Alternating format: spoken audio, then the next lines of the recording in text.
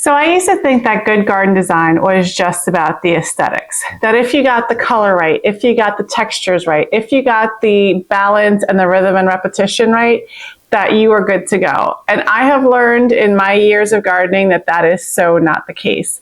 Some of the mistakes that I have made have been incredibly costly, and I'm still watching one of them grow bigger and bigger every year, to the point where my husband and I are quite nervous that it's going to start compromising the structure of our pool. So today what I want to do is take you through 5 of the biggest mistakes that I've made in my garden over the past 6 years, how I've tried to fix them and make them better, and what you should look out for as well. And these mistakes are not the ones that you would typically hear, or the ones that I typically hear other gardeners talk about. So this might be great for you to stick around and listen to. So let's get into it. The first mistake I made was thinking that sprinklers were going to do the job in terms of watering my garden bed, and that was it. And that was a very poor assumption. So we live on about an acre of property, and I have, I would say, about 10 garden beds dotted throughout the property. Sprinklers, I have learned through the years and through my experience, are great for lawns and grasses. They are not good for your garden bed. The reason being is it overhead waters, which doesn't always make it all the way down to the root system, and it's really the root system that needs the water, not necessarily the leaf canopy on top. It really just is great for making sure that your grass doesn't dry out for that exact reason, because the grass is short, it doesn't have a whole lot of foliage at the top, so the water can make its way down to the roots of the grass, versus something like a densely packed garden bed, it may not make its way all the way down. So once I realized that the sprinkler wasn't necessarily cutting it, my next problem became, well, how am I going to get water to all these garden beds and keep everything watered? I had heard of drip irrigation before, but for whatever reason, I was very intimidated by setting up drip irrigation. In fact, I did order the parts and pieces to it, and it just sat in my shed for a good year, year and a half before I even dug it out and decided to give it a try. So in that interim, while I was trying to figure out what to do, I was literally trying to lug the hose everywhere. And then I realized that I don't even have a water source located everywhere that I needed to, so that it became a watering can, and it was just it was a mess, because I was tired.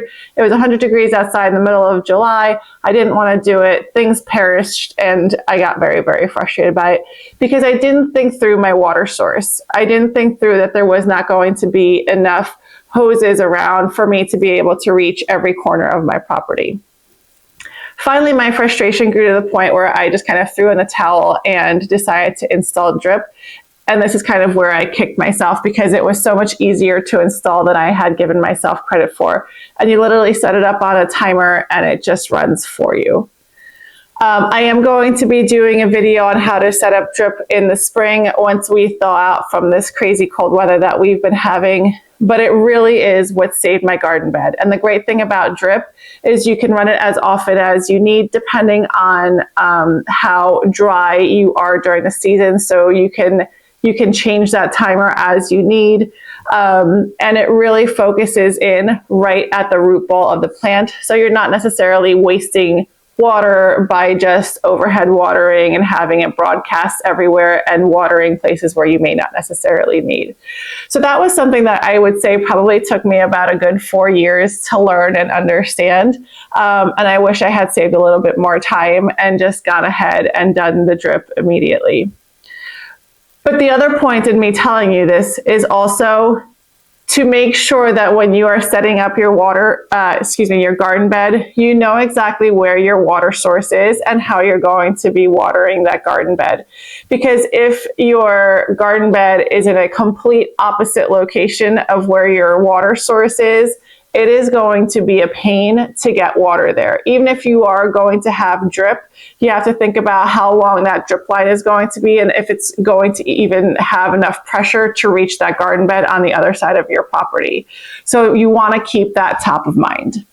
Mistake number 2 is actually not one that we made, but one that we are currently living with. And this is the one that I had foreshadowed in my intro, that is actually become very, very costly.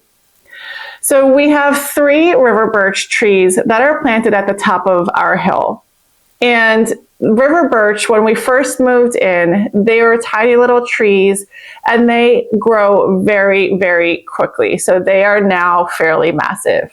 Well, river birch trees also really appreciate water. They are great for your soil that has a lot more water retention in it. These trees are planted at the top of the hill. Our water retention problem is at the bottom of the hill. So those roots are aggressively seeking water. They are also planted very close together.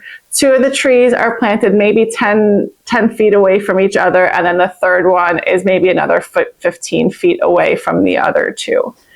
They are also planted about 10 to 15 feet away from our pool, and those aggressive root systems we have discovered over the past year are now making their way into the sides of our pool and kind of pushing through the structure of our pool. So we did try to rectify it a little bit when we had our liner redone this summer. We did also call an arborist out to kind of assess the situation because we love the trees and we didn't want to get rid of them, but it was starting to create a lot of issues. And one of them was actually starting to die from it because it was not getting enough water.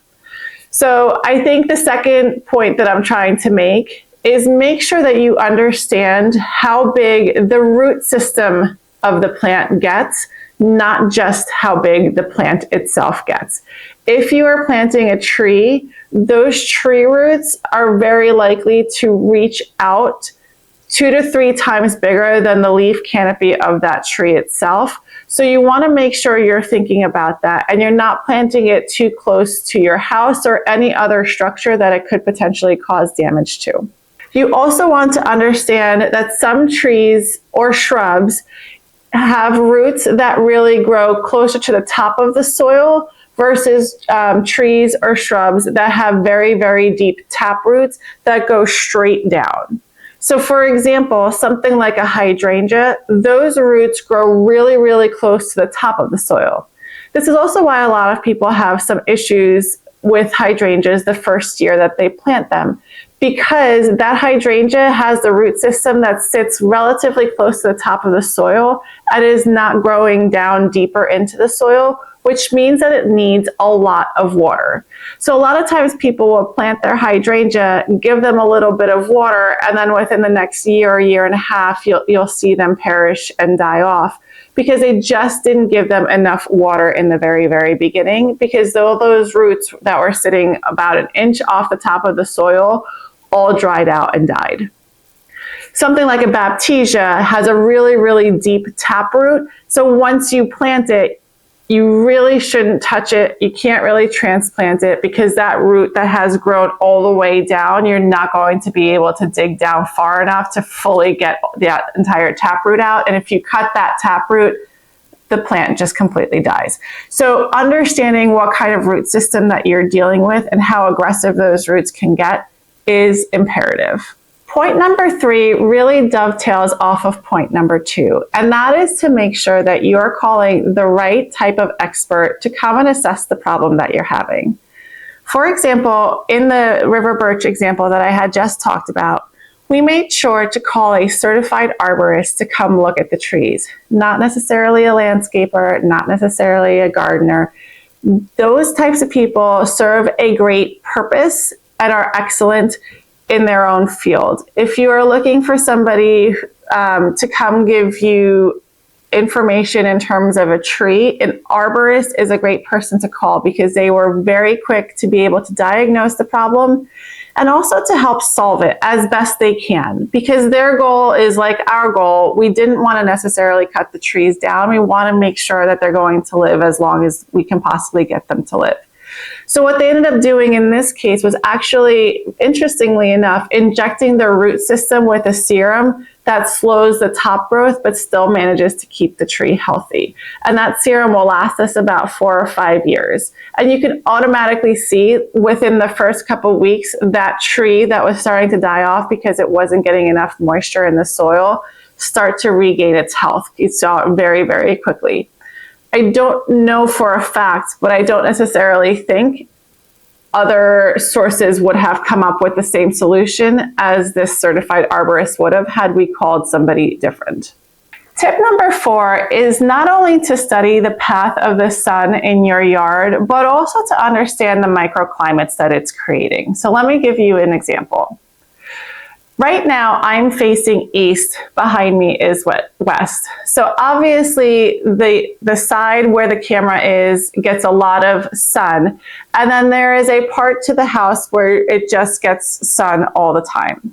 However, this right side of our yard is fully lined by green giant arborvitae, which means that there are parts that are shaded, but also because the green giant arborvitae on this side of the yard sits a lot closer to the house than further down the yard because it's almost like a pizza slice. That means that there isn't a whole lot of wind and breeze that comes through in this direction, and all of the heat actually gets stuck right in this little courtyard deck area that we have. It's really, really pleasant and beautiful to sit in the spring. It's lovely to sit in the fall. But if you go out there in July, you could probably fry an egg out there. So that means that there is a microclimate there. So if it is 80 degrees out there, it can very easily be 8 to 10 degrees hotter in this little microclimate area that is created because of the trees and the house itself than it is elsewhere in the yard, which means I need to be very specific in terms of my plant choices. Because like I said, it gets very, very hot, but it also gets shaded because of the green giant arborvitae. So it's something that I want to keep in mind because typically your shade-loving plants tend to be a little bit on the cooler side as well, or will need a lot more water than if they were sitting in some other area of the yard. So I just need to be a little bit more careful in terms of what I'm selecting there. The last thing that I learned, and this might be a little bit more obvious, but it still took me some time to learn it, is to make sure that I'm giving my prime real estate to things that are going to look good most of the time. So what do I mean by that? Roses, I tried giving prime real estate to for a while because they are just so stunning. But they also involve a lot of maintenance. You constantly need to be deadheading them. So that means I always need to be on top of my game and make sure I'm out there deadheading and pruning and spraying for deer and fertilizing appropriately for that prime real estate to look the way I want it to look. And it just wasn't worth it after a while. So I'd rather actually tuck some roses into different spots in the yard where if they don't look their best 100% of the time, it's not going to matter because it's not the shining star. Something like a hydrangea where when they get into bloom, they last a really, really long time and they can take you all the way through fall, all the way through a snowy winter by adding that winter interest. That to me deserves some prime real estate. Something like a beautiful flowering tree or something of that nature where it doesn't rely on me for it to be constantly maintained. Those to me are the things that deserve prime real estate. Something like a Japanese maple that has a really interesting architectural structure underneath. That to me should be front and center. So really think about that. Think about something that you don't need to cut back all the time throughout the summer months for it to rebloom. So that, because that can cause big gaps in your garden space. Think about things like reblooming azaleas that bloom for you both in the spring and fall and add a beautiful glossy texture in the middle of the summer months. Those can take up a lot of prime real estate. But those are the things that I want to devote my prime real estate to and a lot of my garden space to, not the things that are going to be heavy in terms of the maintenance. All right, so what's the one thing that I'm happy that I did? And the one thing that I'm happy that I did was that I actually tried. I hear so many people say that they're just afraid to try, or they don't know where to start trying, or how they need to even go about it. And sometimes I think just throwing yourself into the middle of it is the best. I learned a ton from other gardeners. I learned a ton from friends and family. And I learned a ton from reading books and watching YouTube. But nothing, absolutely nothing, can take the place of your own experience. I mean, even if you think about it from, any other perspective of your life, for example, a doctor. Not that I'm comparing gardening to the work of doctors, but I think you'll get the point that I'm trying to make. You wouldn't necessarily want to go to a doctor that's read every book in the world and watched every YouTube video. You would want to go to a doctor that actually has the experience with the patients. So it's the same way with everything else in life. You just need to start.